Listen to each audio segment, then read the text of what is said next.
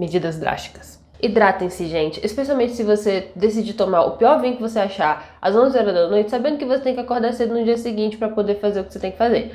Mas enfim. Então, sejam bem-vindos a este canal. Vamos começar então um livro novo e eu vou registrar a leitura desse livro porque eu achei super apropriado e super conveniente o fato de eu estar no lugar em que ele se passa, e eu estou falando de...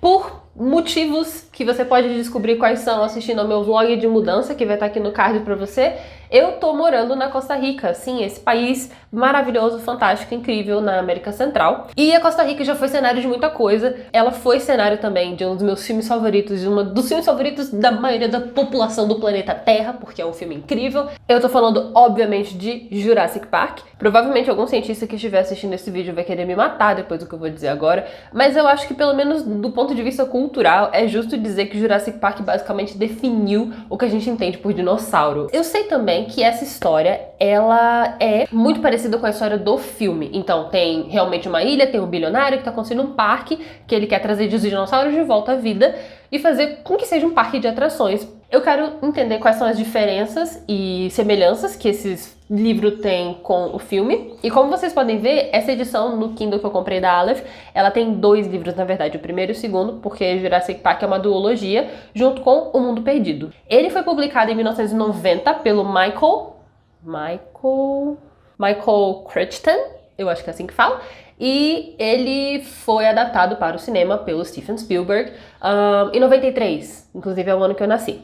Eu já dei uma lida no livro e eu acho que a minha ideia vai ser muito interessante porque ele realmente tem algumas passagens que descrevem lugares e pessoas da Costa Rica. Só que também eu tô animada porque muita gente fala que o livro é bom, que ele não é só um livro de ficção científica que tem uma ideia interessante, mas que ele é bem escrito, que os personagens são envolventes, que a história é interessante e é legal de acompanhar. Então, né? Expectativas foram criadas. A luz aqui tá horrível e tá muito barulho por causa que a telha é de metal e tá chovendo na Costa Rica.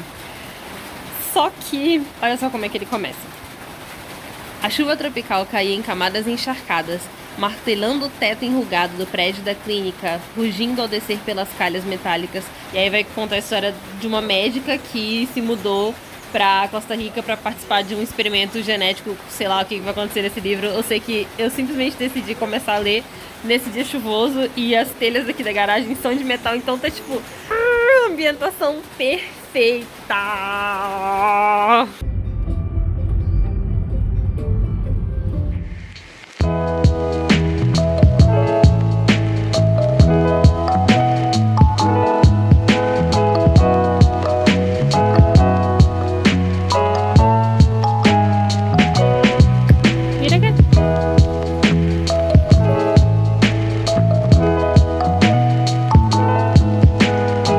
Boa tarde, vamos falar sobre dinossauros? É lindo viver na natureza, lindo. No ano de 1989, numa ilha remota à costa oeste da Costa Rica. Vocês devem ter percebido pela última vez que eu conversei com vocês nesse vlog que eu estava muito, mas muito empolgada e animada com as coisas que eu estava lendo em Jurassic Park. Mas eu já li um pouquinho mais, fazendo uma leitura um pouco mais crítica. Uma das coisas que eu mais gosto na ficção científica é a especulação científica.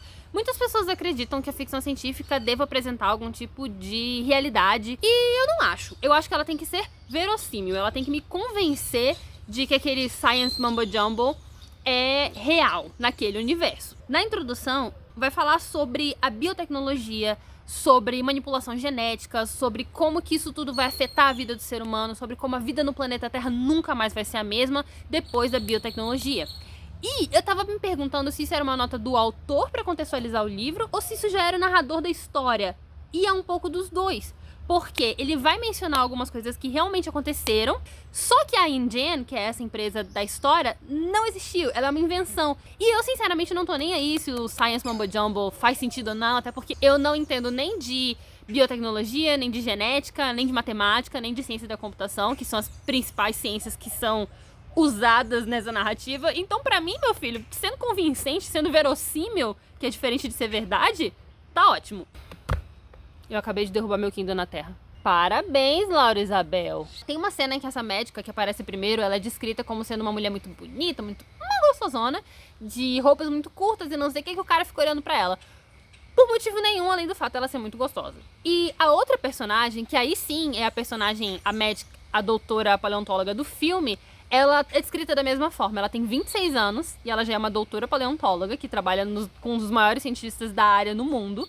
E ela sempre usa um shortinho jeans e ela tem um cabelo loiro, preso. Ela é descrita como uma mulher muito bonita, muito gostosa, por motivo nenhum. A beleza dela não interfere em nada no trabalho dela, simplesmente o fato dela ser muito jovenzinha e do cara ser um quarentão. Que na verdade é a realização do fetiche. Eu achei isso podre, eu achei isso péssimo. Mas enfim, eu já tava preparada pra relevar muita coisa, então tudo bem. Quanto ao comentário imperialista, anti-imperialista que eu achei que tinha acontecido, ele foi bem superficial, porque foi quando a médica estava criticando a construção do resort, que é uma coisa que realmente está meio que assolando a natureza da Costa Rica. Mas eu acho que ficou por isso mesmo. Tem outras coisas sobre ganância e tudo mais, mas é tipo assim, eu sei que isso é ruim, mas foda-se, sabe? Essa médica do prólogo, ela trabalha com um médico local. E aí, quando tem os ataques misteriosos de um bicho que ninguém sabe identificar, todo mundo sabe que é um dinossauro, o americano, quando ele vai olhar para o país da América Latina, sempre ele vai colocar o nativo como supersticioso, místico, e ele como cara da ciência, do conhecimento, ou seja, uma relação muito clara de hierarquia de poder, de conhecimento, pipipipopopó, essas coisas todas, né? Eu acho isso muito pai também. Aí o cara começa a falar em espanhol do nada. Eu odeio quando as coisas americanas fazem isso também. Tipo, você quer mostrar que a pessoa é étnica e é racializada e você bota ela pra falar uma palavra no idioma local dela, sendo que ela tá conversando com uma pessoa em inglês e ela é perfeitamente fluente em inglês. Pra vocês terem uma noção melhor do que eu tô falando, um outro exemplo disso, que é super popular, é do Crepúsculo. Sabe quando o Edward e a Bella vão pro Brasil? E aí a Bella tá grávida da Renesmee e o bebê é tratado como se fosse um monstro. Aí a mulher simplesmente fala, tipo, é um monstro, não sei o quê, e ela fala em português. Pra gente, era uma mulher falando em português. Pro americano, aquilo era uma coisa super exótica. Nossa, ela tem conhecimentos indígenas e tudo mais. E realmente aquela mulher talvez tivesse. Talvez fosse parte da cultura do povo dela, essa entidade e tudo mais. Só que a forma como é colocada, sob o ponto de vista americano, não é pra valorizar e pra compartilhar um pouco sobre a cultura indígena. Não, é pra declarar o primitivismo que eles acham que nós, latino-americanos, temos. É quando é apresentado um dos biólogos da empresa, que é um cara que aparentemente não tem ética nenhuma, que ele faz experimentos em humanos sem permissão, e ele fez um experimento no Chile e que deu muito errado, devastou uma região lá e tudo mais, e o livro fala alguma coisa do tipo, aqueles pobres fazendeiros chilenos não tinham noção do que estavam se metendo, o governo chileno não tinha condições de lidar com eles e tudo mais. Aí eu fico tipo assim, pode até ser que isso seja verdade, mas a forma como é colocada é muito pra reforçar esse estereótipo. E, além disso, se o Chile estava passando por uma crise econômica e social muito grande, culpa de quem? Hein? Estados Unidos, culpa de quem? O livro é dividido em capítulos super longos, que são chamados de iterações, e cada um deles começa com uma frase do Ian Malcolm, que é o personagem do Jeff Goldblum, aquele que todo mundo ama, do Jurassic Park. O papel desse personagem é ser o cético que diz o tempo todo que o parque não vai funcionar, que é matematicamente impossível, muito parecido com o que ele faz no filme. No livro aqui tem uma passagem que fala que os dinossauros não são répteis, eles são aves gigantescas cobertas por couro e penas. Só que, convenientemente, tanto o filme quanto o livro esqueceram, omitiram o fato de que dinossauros tinham penas. Inclusive, o primeiro dinossauro que aparece é comparado com uma galinha. É um lagarto, que não parecia assustado, veio na direção dela, da criança, que tá para ser mordida, ereto nas pernas traseiras. Era coisa pouco maior do que uma galinha, e como uma galinha balançava a cabeça enquanto andava, aí a menina pensou que ele daria um ótimo bicho de estimação. Que não só é o pensamento da criança naquele momento, como é um foreshadowing de todo o problema da ilha, que é o fato de que as pessoas estão tentando recriar criaturas gigantescas de proporções que não cabem mais nas configurações ambientais do planeta Terra, e tratar eles como se eles fossem bichinhos de zoológico, bichinhos de estimação. Inclusive, um dos geneticistas de uma das empresas fala que qual é o limite, então? Se você tá recriando esses bichos ao ponto de conseguir colocar eles nos zoológicos, o que te impede de você fazer pequenos dinossaurozinhos pra vender como bichos de estimação? Quando a criança é mordida e ninguém sabe que bicho foi que a mordeu, literalmente, eles suspeitam de um bicho que tenha sido uma espécie nova. Isso seria muito provável de acontecer na Costa Rica, porque é um dos países do mundo que mais tem biodiversidade. A Costa Rica ela é banhada tanto pelo Oceano Pacífico quanto pelo Atlântico. E é um dos lugares que tem, apesar de ser um país muito pequeno, uma das maiores concentrações de biodiversidade, tipo, muitas espécies diferentes de bichos. Então, não é à toa que tanto o autor escolheu o país para ser o cenário do livro, quanto o Raymond, que é o bilionário excêntrico, escolheu o país para ser o cenário do seu parque. Quando eu falo para vocês a questão da verossimilhança científica ao invés da verdade científica, é sobre cenas como essa daqui, por exemplo. Mas Grant sabia que a paleontologia, Grant é o nome do paleontólogo, que é o cientista, o protagonista do livro, basicamente, e paleontologia não é só o estudo dos dinossauros, é o estudo das coisas fossilizadas. Eu descobri isso assistindo o canal do Pirula. O estudo da vida extinta havia, em anos recentes, tomado uma relevância inesperada para o mundo moderno. O mundo moderno se transformava velozmente e questões urgentes sobre clima, desflorestamento, aquecimento global e camada de ozônio com frequência pareciam ser possíveis de resposta, ao menos em parte, com informações do passado. Eu achei esse um comentário muito legal sobre a questão da história, não como essa coisa fossilizada, trancada num passado e que só serve pra gente admirar, mas sim como uma fonte de reflexão sobre o que a gente é hoje, porque afinal de contas a história é um fluxo, né? Então o que a gente é hoje, um dia vai ser história. Exemplo número 3 de imperialismo americano sendo aplicado a essa narrativa. A InGen estava obviamente montando uma das mais poderosas instalações de engenharia genética no mundo em um país obscuro da América Central. Um país obscuro da América Central. Um país sem regulamentação, ou seja, onde tudo pode, é tudo liberado, é porra louca, não tem civilização lá, né? E é interessante até porque ele é obscuro não só pela falta de regulamentação e por essa cultura diferenciada mística que a gente supostamente tem, mas também literalmente pelas nuvens. E no caso isso é verdade, porque a Costa Rica tem, pela altitude, pelo fato de terem muitas montanhas e muitos vulcões, muitas regiões, aqui mesmo, aqui em casa mesmo, se vocês verem meu vlog de mudança, vocês vão ver que de repente baixa uma neblina e fica cobrindo tudo. É super bonito de ver e é super apropriado para você criar criaturas pré-históricas de forma ilegal com engenharia genética.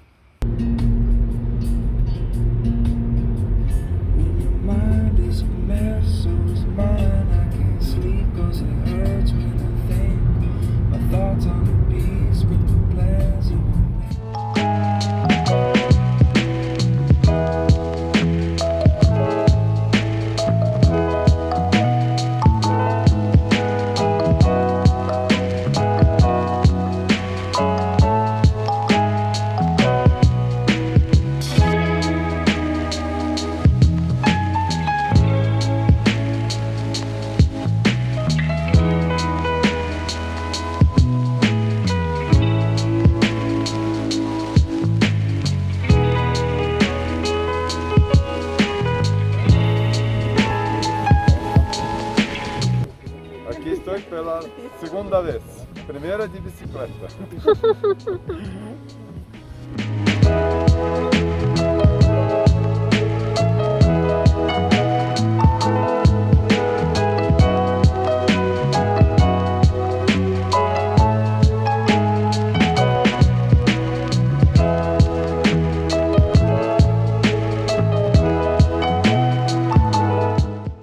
Eu cheguei numa parte aqui, desculpa o sol bem na minha cara, que eles acabaram de ver o tiranossauro. E aí ele aparentemente tem 6 metros de altura. A cabeça dele mede 1,50 e eu sei que é 1,50, porque eu conheço pessoas que têm 1,50. Mas o que é 6 metros? Eu não faço a menor ideia de quanto seja isso. Aí o que eu tô pensando? Eu acho que se aquela casinha ali tem mais ou menos 2,10, não sei, talvez ele seja um pouquinho maior que essa árvore, entendeu? Então, mais ou menos por aqui é quando eu tô calculando o tamanho do tiranossauro. É grande, se fosse do tamanho da árvore já tava bem grande. Tá vendo esse barulho? Não um avião passando, o passarinho fazendo esse barulho esquisito. O tempo todo eles falam no livro que os dinossauros faziam um barulho parecido com pássaros, então toda vez que eu ouço um passarinho eu fico... Você é um dinossauro? Enfim, eu tô aqui na rede, na maior folga, como se eu não tivesse nada pra fazer da minha vida. E queria comentar com vocês sobre um personagem, que é um dos que eu mais gostei até agora. Ele tem os motivos dele pra se vender pra empresa concorrente, pra roubar o material genético e tudo mais. Assim, e seria ok, seria interessante de acompanhar isso tudo, seria interessante de ver essa pessoa, esse personagem detestável fazendo isso tudo no parque, fazendo a desgraça acontecer, porque é basicamente por causa dele, né, que ele tem que desativar uns sistemas lá pra poder fazer esse tráfico de dinossauro. Só que aí ele acaba desativando a segurança e o plano dele dá errado, ele morre. E aí é que acontece a desgraça toda do Jurassic Park. Que na verdade era uma desgraça esperando pra acontecer desde o início. O nome dele é Nerdry, uma coisa assim, que é um anagrama pra palavra nerdy, que em inglês significa o nerdola, né? E isso seria interessante, isso seria suficiente se não fosse o fato do autor focar o tempo todo também na aparência física dele, falando que ele é gordo. E é extremamente gordofóbico, fala que ele é gordo, sujo, enfim, eu não vou repetir aqui pra vocês porque é muito ruim, é pesado, eu não quero ficar repetindo, é desconfortável de ler, e eu entendo que é por causa que na época esse discurso ainda era muito predominante, até hoje ainda é, mas apesar de que tá, graças a Deus, mudando esse tipo de coisa, mas o fato desse personagem ser gordo não influencia em nada além da opinião da narrativa de que pessoas gordas são incapazes, inclusive ele tem dificuldade de correr do dinossauro na hora que ele vai morrer porque ele é gordo, como se ele estivesse sendo castigado por ser gordo. É tipo, tipo assim, tinha como, já tava bom, o personagem já é bom, ele já é detestável, ele já tem uma moral cinza, ele já é uma espécie de vilão na história, ele já é um catalisador pro problema, não precisava, sabe, você enfatizar tanto isso. O dinossauro é muito mais violento com ele, os dinossauros são muito violentos aqui, e eu acho que esse é um ponto muito forte do livro também. Aí, ó, o ônibus vem buscar eles aqui.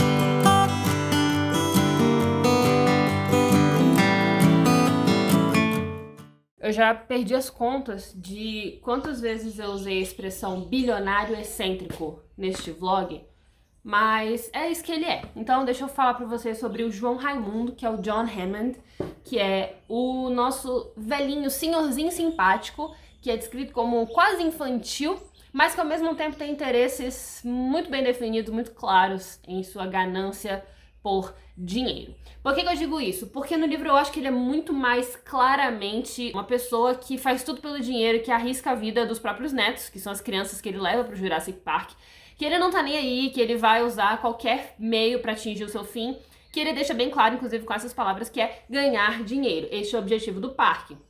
E no filme, quando a gente assiste, ele parece ser um cara sonhador, ele parece ser um cara que quer trazer alegria pra criançada, pra isso que ele tá criando o Jurassic Park, tanto que ele é comparado, é como se fosse um Walt Disney. Ele também é comparado com o Disney no livro, só que no livro tem uma certa ironia do fato do próprio Disney ser um ganancioso, um cara que queria fazer dinheiro, independente do valor artístico, de entretenimento que queria. E eu acho isso muito legal, porque ele é muito teimoso, ele não escuta os cientistas, assim como qualquer boa história de tragédia distópica, futurista ou qualquer coisa, não escutar os cientistas é sempre a raiz do problema. E na vida real também, não é mesmo? A gente infelizmente sabe muito bem disso. E ele fala, porque se você tenta fazer remédio, aí tem patente, tem análise, tem governo, aí ficam te atrapalhando, você nunca vai ter lucro com isso. Ao contrário de se você fizer um parque de diversões, quem que vai me dizer que eu não posso cobrar $5.000 aqui, entendeu? As pessoas querem o fútil, as pessoas querem se entreter. É um discurso, inclusive, um pouquinho caricato nesse sentido, mas bilionários são caricatos, pra falar a verdade, só você pegar qualquer Elon Musk, Jeff Bezos da vida. Eu falei pra vocês já da cena clássica, daquela cena de ataque do T-Rex aos carros, que é uma das primeiras do filme, que é muito bacana.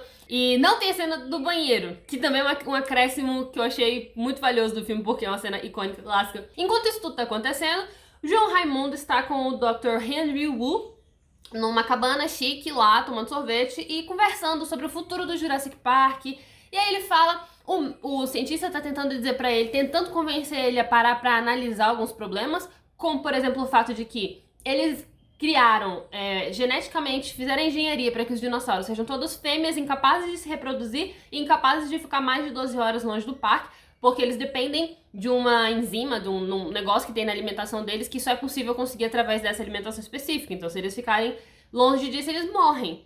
Eles reconstroem o DNA dos dinossauros, porque obviamente é um negócio pré-histórico que foi tirado de forma muito precária, e aí eles reconstroem esse DNA com pedaços de outras coisas, e inclusive de anfíbios. E anfíbios podem ter um tipo de reprodução lá que é uma questão diferenciada do gênero, por isso que alguns dinossauros acabaram conseguindo se reproduzir. No final dessa edição tem uma entrevista com o autor sobre o filme, sobre o que ele achou, o que ele pensa. Então, vamos ver o que vai acontecer até lá.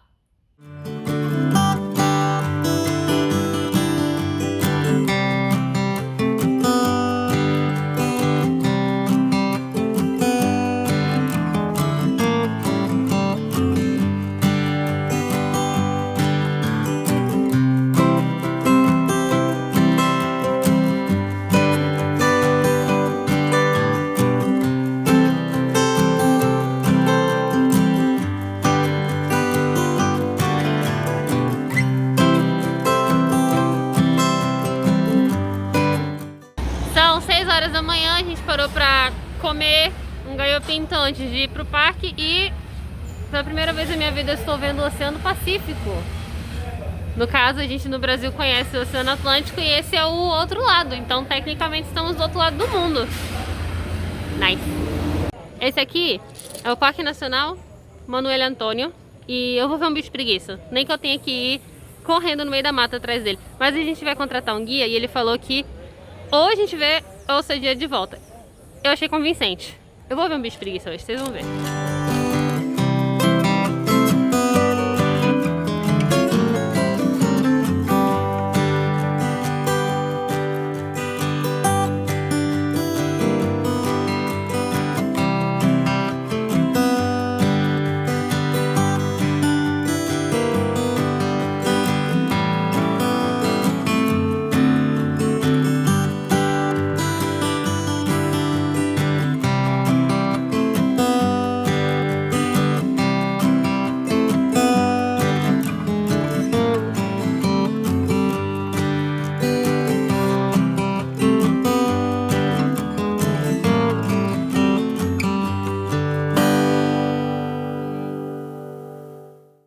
Olha, quando eu comecei a gravar esse vídeo, que foi, sei lá, 10 minutos depois que a gente chegou aqui, tava vazia essa praia. A gente tava literalmente sozinhos aqui. Agora,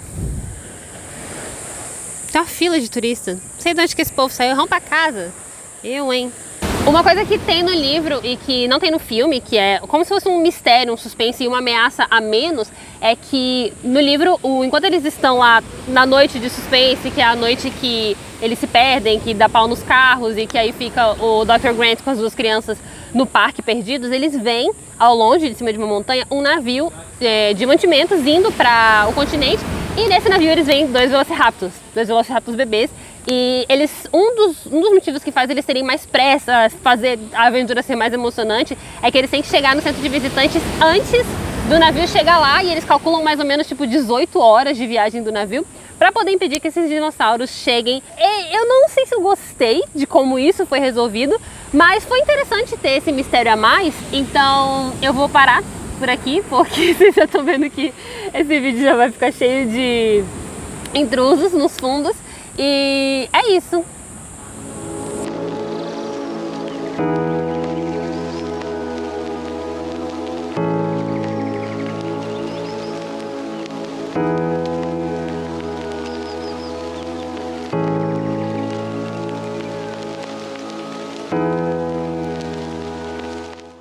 São agora 2h30 e eu acabei de terminar o livro. Consegui ler também todos os extras, né, que tem depois. Foi bem legal, foi bem informativo. E gostei. É bom, um bom livro. Só queria registrar esse momento em que eu acabei de terminar. E já tá o mundo perdido aqui, mas eu não vou ler agora não, gente. Chega de dinossauro. Eu não quero ver um dinossauro na minha frente em muito tempo.